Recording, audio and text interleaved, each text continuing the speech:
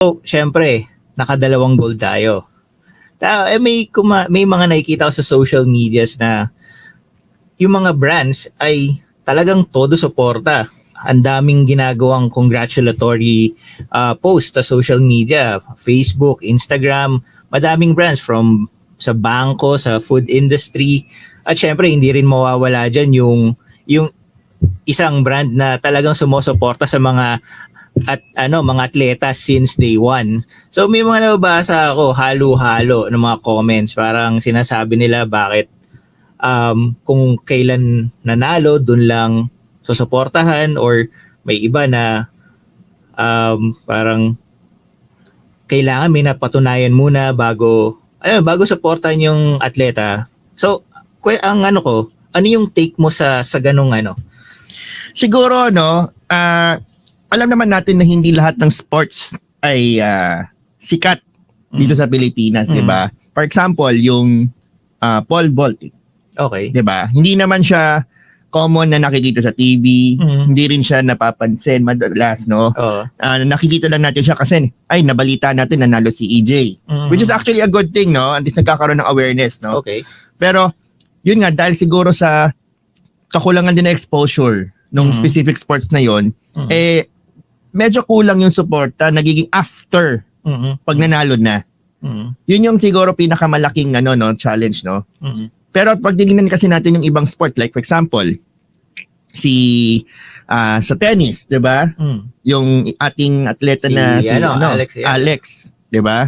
Siya ay sinuportahan ng isang bangko, no? Yes. 'Di ba? Actually, conglomerate, hindi lang bangko. Yes, telco, supported din siya ng telco. Exactly. So, kumbaga kailangan siguro ang pagbutihin natin siguro is yung pagpapakilala ng bawat sports. Para naman magkaroon ng awareness, yes, and magkaroon din ng kasi yan syempre kung ako ay isang brand, no? Okay. Or kumpanya, gugustuhin ko mag-invest din doon sa mga makikilala ko, makikita yung brand ko. Okay. 'Di ba? So kung kulang yung exposure nung pinaka-sports na yon, medyo most of the time na nangyayari, walang suporta or mahina ang suporta. Okay. Yun yung nakikita kong problema diyan. Ngayon, sa mga bumabate, syempre lahat naman tayo, buong Pilipinas nagsasaya, 'di ba? Kasi yes, syempre hindi biro maka-gold sa Olympic. At dalawang ginto. Dalawa pa, back to back, no? Back to back, at isang tao lang 'yan. Isang tao lang. And hindi lang 'yun, actually hindi lang Pilipinas ang nagsasaya kasi syempre sa buong Southeast Asia. Si Carlos lang din ang unang-unang nakakuha ng ginto. Okay. 'Di ba? So it's back to back talaga 'yan. Back to back siya. Yan nakakatuwa din, no? So ngayon, dahil syempre out of nowhere biglang sikat si Carlos. Even though actually makilala na siya before dahil matagal na siyang nananalo. SEA Games, nag-excel naman din tayo sa athletics. Yes. Sa SEA Games, sa gymnastics, right? Sa correct. Weightlifting. Yes. And siguro ito yung panahon, no? Kasi ako, inisip ko lang before pa, bakit kaya yung mga kumpanya, hindi nila suportahan yung mga atleta, mag-adapt sila ng atleta? That's correct. Kasi, hindi ko lang sure kung pwede nilang gawing tax break yun, ha? Medyo, mahabang usapan yan. Pero, who knows, di ba? Kasi, ang maganda dito, imagine mo kung ang mga brands at mga kumpanya ay nag-adapt ng atleta, ibig sabihin tuloy-tuloy ang suporta, hindi lamang dahil may competition. Kasi ang pag-training ng mga atleta, hindi naman yan overnight Hindi lang naman yan 2 linggo, okay ka na. Matagal na proseso yan. Taon ang binibilang. Syempre, kailangan mong perfectin yung art mo, di ba? Tama. And hindi lang yon. Kailangan mo ring i-kondisyon yung katawan mo, ang utak mo, lahat. Kailangan 100% tutok. Syempre. Kaya nga 'di ba kadalasan kapag ang mga atleta natin talagang wala nang ibang trabaho yan kundi mag-practice araw-araw. Yun. Talagang yun ang kanilang sakripisyo. Yun ang bread and butter nila, yung pagiging atleta nila . Yes. Pero syempre ang nangyayari din diyan, no, hindi naman lahat ng atleta mapalad or mayaman para sustentuhan ng kanilang mga ginagawa. Tama. So, yun nga, tama din sinabi mo na siguro yung ibang mga kumpanya dyan na siguro mag-start na silang mag-support. Kahit sabihin mong nagsisimula pa lang, I mean, tignan na nila kung sino yung Potential. May potential sa gantong Actually, sports or ganyang sports. Hindi lang may potential dapat. Ang suggestion ko dyan is dapat mag-build talaga ng training ground para sa mga grassroots. Kasi dyan nagsisimula naman lahat eh. 'Di ba? Which is ginagawa na rin ng isang brand, which is yung energy drink. Correct ka dyan. Ang maganda dito, kailangan kasi pag sinimulan natin, tuloy-tuloy. Tuloy-tuloy yan. Hindi yung ngayong taon lang, tapos Oo. next year wala, or Oo. biglang babawasan ng budget. Oo. 'Di ba? Kasi tuloy-tuloy yan. Kailangan walang tigil. Tama. Saka pag sinimulan pagkabata, talagang, 'di ba sa ibang bansa nga, minsan mga wala pang 10 years old, nagte-training na. Yeah, sa China. Sin bata pa lang nagti-training na talaga. Exactly. Actually, ang nangyayari kasi dyan, syempre, kapag ang isang bata medyo tutok sa sports, no? Mm. Ano yan eh, most of the time may konting sacrifice sa kanyang pag-aaral. Yun lang talaga. Pero nasa Time management. nasa time Balance management, talaga. balance ng engaging sa sports and sa studies, 'di ba? Yeah. So it's a lot of kailangan mo talaga ng matinding disiplina para sa ganyan. Yes. At isa rin sa gusto ko i-point out, no? Minsan yung mga bata na galing sa malalayong lugar sa Pilipinas, minsan yun pa yung may mga potential. Ay, alam mo, tama ka dyan eh. Tama ka dyan. Yung mga nasa probinsya, yung mga naglalaro sa palarong pambansa, Minsan nga, hindi pa nga eh. sila yung may mga talagang malalaki ang potential, pero hindi, yung iba talaga hindi siya napapansin eh. Yes. Kasi syempre, minsan sa ibang lugar, no, lalo na sa malalayo, no, Mhm. walang facility Wala. to train, walang gamit, Mhm. 'di ba? So hopefully yung ating mga LGU, no, maglagay din ng pondo, no, para ma-develop naman yung ibang sports, hindi lang puro basketball. Yes. Kasi ang dami na nating basketball court. Dami. Parang bawat kanto yata meron. Actually, basketball court, may nakapatong na rin na linya doon for volleyball. Yes, actually multi-use naman eh. Pero kasi merong mga sports na hindi mo lang pwede basta ilagay sa basketball court eh. Tama. 'Di ba? Kunyari, swimming. Hindi mo naman pwede. Hindi mo pwede ilagay sa basketball court 'yon. Kailangan mo talaga ng dedicated Separate. facility, 'di ba? Oo. So imagine mo kung yung mga bata, no, may talagang trainer habang bata pa lang, sinasanay na mag-swimming. Imagine mo yung potential ng 5 taon or 10 taon na training. Tama. Simula pagkabata. Kaya by the time na mga nasa 20 na sila, Mhm. 17, 18, 19, 20, Mhm. imagine mo yung nila, galing na. Okay. Bigyan mo pa ng exposure. Tama. 'Di ba? Tama. Magkakaroon pa ng idea yan paano nangyayari sa international. Kasi yun dapat yung standard natin eh. Pang-international, hindi lang tayo dapat nakatutok sa SEA Games. Mm. We should aim higher. Aim higher. And siguro yung take ko naman dun sa siguro yung sa mga nag-congratulate naman din.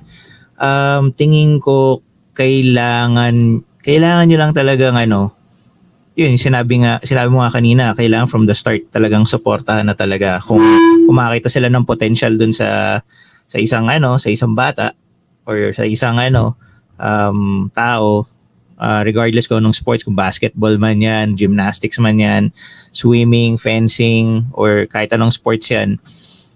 Siguro, yun nga, support nila sa una pa lang para hindi sila na napupuna na pagka may napatunayan, parang bigla na lang sila sumusulpot. Tama Diba? naman, no? Tsaka siguro pwede rin siguro gawing localize para at least yung kasi ang nangyari madalas, 'di ba? Syempre tayo nasa Manila tayo, no? Mm. Nakikita natin medyo more yung mga most of the time yung mga nasala na. Oh, salang-sala. 'Di ba? Kasi syempre yung mga napapansin ko na, 'di ba, yung mga player ng mga school dito sa Manila, ini-import din naman 'yan sa mga probinsya. Yes. 'Di ba? Nag-i-scout yung mga coach, no, para mag-import ng player. Mm. Eh syempre o-offerin niya ng mga eskwelahan ng mga free scholarship, 'di ba? Board and lodging, plus Yes. may allowance pa. Allowance pa. Usually ganun na nangyayari. Galing pa rin siyang probinsya. Oh, tama. Pero what if manggaling mismo sa probinsya yung training, doon na mismo? Well, doon naman talaga nagsisimula din. So, doon naman sila nagsisimula. Kung kunyari, taga like Cebu, yung bata, ay kung ang sports niya ay sabihin nating volleyball, doon naman siya nagsimula. Kaya nga siya nakukuha dito sa Manila. Kaya siya nasa scout ng mga coaches ng mga top universities. Diba? So, basically, doon pa lang, doon na sila, doon na yung grassroots nila kung saan sila galing. Tama ka naman dyan, no? Pero siguro, ano pa ba yung pwedeng gawin ng LGU? Kasi tingin ko, the biggest burden dapat is nasa LGU. Kasi lagi na lang tayo umaasa sa private. Ang akin dyan, siguro, I regard both LGU tsaka sa private companies, or especially sa private companies, siguro, yung attention nila, siguro, ikalat nila. Kasi, let's be honest, ang attention is nasa number 1 sports ng Pilipinas. Which is basketball. Basketball, and then second is volleyball. Actually, si volleyball medyo pumapantay na rin sa hype ng basketball, di ba? Tama ka dyan. So for me, iikalat lang nila, i-spread out nila yung hindi lang sila 100% na nakatutok sa isa-dalawang sports. Siguro ikalat nila, especially yung mga budgets nila. 'Di ba? Kasi itong nangyaring sa yung nangyari sa Olympics, may kita mo na nag-excel ang mga Pinoy sa athletics department. Tama ka dyan, no? Nung Tokyo 2020, Heidelin Diaz, 'di ba? Gold. Yun. Naka-gold siya. Correct. Tapos this year, 2024 Paris Olympics, Carlos Yulo, gymnastics, back-to-back gold. Tapos pag sa mga SEA Games, 'di ba, yung mga boxers natin nakaka-silver, nakaka-bronze. So, doon pa lang makikita na kung saan talaga nag-excel. Na hindi mo kailangan ng height sa ganong sports. Tama ka dyan, no? Kasi syempre, sinasabi natin, lagi na pag-uusapan yung height. Kasi syempre, pag basketball, pag maliit ka, may disadvantage ka na kagad. Most of the time, hindi natin sinasabing lagi. Oo. Kasi meron tayong mga player before sa PBA. For example, isa sa mga idol ko, si Johnny Abarientos. Hindi siya ganun kakatangkaran, pero magaling. Lumalaban. Malikot sa loob ng court. Lumalaban, diba? Sa international. Yes. Actually, yung time na yun, no? Just to share lang, no? Nung panahon ng mga 90s to 2000, di ba? Yan yung mga panahon nila patrimonyo. Yes, mga mid-90s. Yes. Actually, yan yung time na talagang tutok ako sa PBA. Hindi, kasi nakakatuwa kasi talagang yung laban before talagang mafe-feel mo talaga. Nandun din yung mga fans, nandun din yung excitement na talagang they talaga fight to win. Oo, tama. Medyo ngayon kasi medyo so-so lang. Parang wala lang, nandiyan lang. Or siguro masyado nang overexpose. I'm not sure kasi siguro hinahanap pa rin ng mga fans ng basketball. I mean PBA, mga Pinoy, yung mga fans ng basketball dito sa Pilipinas. May mga nababasa ako na medyo boring na rin daw panoorin ng NBA yung basketball kasi nga yung tinatawag nila na no blood, no foul. No blood, no foul. Kasi before, talagang matatawagan ka ng foul kung talagang pumutok na yung uso nung sa opposing team, gano'n. Wala naman tayong masyadong ganun dito. Wala naman. Pero I think may factor dito. Actually, hindi ako naniniwala dito pero share ko lang yung isang point ng friend natin na attention span din kasi ng mga tao ngayon mas maikli. Bakit? Siguro generational gap. Kasi di ba before parang yung video, for example, manonood ka ng NBA, talagang tinatapos mo. Ngayon, ang hinahanap mo lang yung 5-minute highlights. More on the highlights na lang. Highlights na lang Di mo na pinapanood talaga yung buo. Di ba? Pero ako hindi ako naniniwala kasi the mere fact na yung volleyball is rising, no? Yes. Pinapanood talaga. Malaking yun. Kumbaga, it just proves na mali yung concept na dahil sa attention span. Okay. 'Di ba? Yun Yun yung nakikita ko Yun. Pero dahil din dyan, actually depende yan sa generation eh. Tama naman. And syempre, before then, we also need to account for, before, ang form of entertainment natin is talagang TV lang. Oo. Ngayon, meron ng Netflix, meron ng YouTube, 'di ba? Tama. Madami ng source of distraction. Tama. So, isa rin yan sa kalaban ng sports eh. Oo. Yung mga distractions na yan eh. Kasi for example, maglalaro ba ako ng sports? I mean, ano ba ako sa sports? Mag-focus ba sa sports? O manonood na lang ako ng Netflix sa bahay while eating popcorn? Tama. 'Di ba? As ang dami pa nating pwedeng gawin. Yun ang maganda din sa Pilipinas, ang dami pwede mong gawin. Kaya nawawala ng focus din. Oo. Right? Kasi pwede kang mag-mall, pwede kang, alam mo yun, ang dami nating activities na pwedeng magawa. Manila alone, no? Actually, pag ako nag-iikot sa Pilipinas, I'm doing it every year, no? Ang dami mong pwedeng gawin. Pero yun nga, dahil hindi naman lahat ng sports mo nadadala mo yan eh. Oo. 'Di ba? Alangan naman magbitbit ka ng poll sa probinsya. hindi siya something like that, no? Kaya siguro yun din yung reason bakit yung mga ibang sports hirap din na lumaki. Tama. Kasi kailangan mo talaga ng location na specialized facility. Mm. 'Di ba? So ayun Ed, mabalik tayo. Medyo lumis tayo na landa sa Olympics.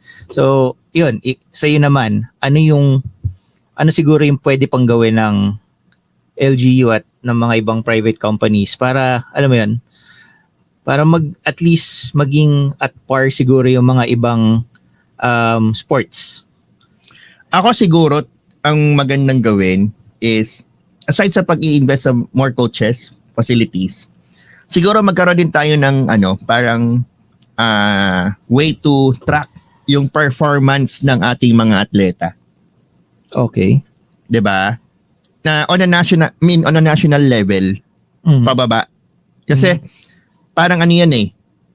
Siguro, I don't know lang baka meron na, pero right now, ang nakikita ko lang is, yung record na yon, like, bawat laro nila, bawat perform nila, 'di ba? Ginigradean sila. Okay. Para makita natin yung before and after, yung improvement. Saan mahina, 'di ba? Magkaroon tayo ng standardized siguro na way to measure. Diba? Siyempre, ang sports, di man na lahat na may measure eh. Yes. Pero, meron kang pwedeng gawin way to monitor ano ba yung improvement dun sa bata. Okay. Diba? And at least magkaroon ng siguro magandang view yung national level natin, like the POC or yung mga, kasi may organization yan, diba? Okay. Siguro yun. Isa yun sa pwedeng gawin, no? And at the same time, sa mga sa mga LGU, pwede rin siguro natin i-promote on the local level. Kasi 'di ba pag for example, fiesta. 'Di ba? Ano bang pina-promote natin? Or pag may mga event like may mga sikat na event dito, Ati-Atian Festival, kung ano-ano pang festival. Mascara Festival, 'di ba? Isama natin sports. As part of the celebration. 'Di ba? Pero even alam ko may mga ibang mga ganyang festivals is pagka fiesta sa kanila kasama, may palaro eh. Pero kasi madalas basketball lang eh. Yun lang talaga. 'Di ba? Ang gusto nating mangyari is talagang para siyang mini palaro. Maraming sports para hindi lang na-highlight yung puro basketball lang. Pero kasi syempre kung sa province yan, syempre for them basketball lang talaga. Kasi basketball, magtayo ka lang ng court. Mag-set up ka lang ng ring dyan sa kalsada. Basketball court na yan eh. Correct. Pero syempre, paano yung sabihin nating gymnastics? Hindi mo pwede gawin sa kalsada yun, di ba? Saan mo pagtatumblingin yung kahit may potential yan, di ba? So, understood naman din siguro sa ganon. Pero, for me, yun nga, siguro, hopefully, in the near future, like magkaroon tayo ng isang state-of-the-art sports facility. Yun nga, kung saan na-measure talaga yung capacity ng isang tao. Bakit hindi kaya gamitin natin yung sa Clark? 'di ba? Total meron ng athletes village doon. Pwede i-house yung mga atleta. Siguro we could bawat LGU they could send, their chosen kids to train there. 'Di ba? Naka-rotation siguro para mapagbigyan din yung iba. Kung talagang marami kasi syempre we're not talking about volume here. Syempre we want to get the best din, no? Pero we also want to give chance do sa mga hindi talaga kaya. Oo. Kasi hindi naman ang sports kasi it's not about just winning 'Di ba? Tama. It's about showing how you can improve. Yun yung pinaka-context talaga ng sports. 'Di ba? Kasi ang winning pwedeng panalo ka ngayon, bukas talo ka. Yes. 'Di ba? It just so happen na yung pagkapanalo mo, tinalo mo yung kalaban mo. Oo. Pero pwedeng bukas magkamali ka lang konti, ikaw naman yung talo. So umiikot lang 'yan. Umiikot lang 'yan. Pero yun nga, ang pinaka-bottom line, it's about how you are going to improve. That's correct. Yun.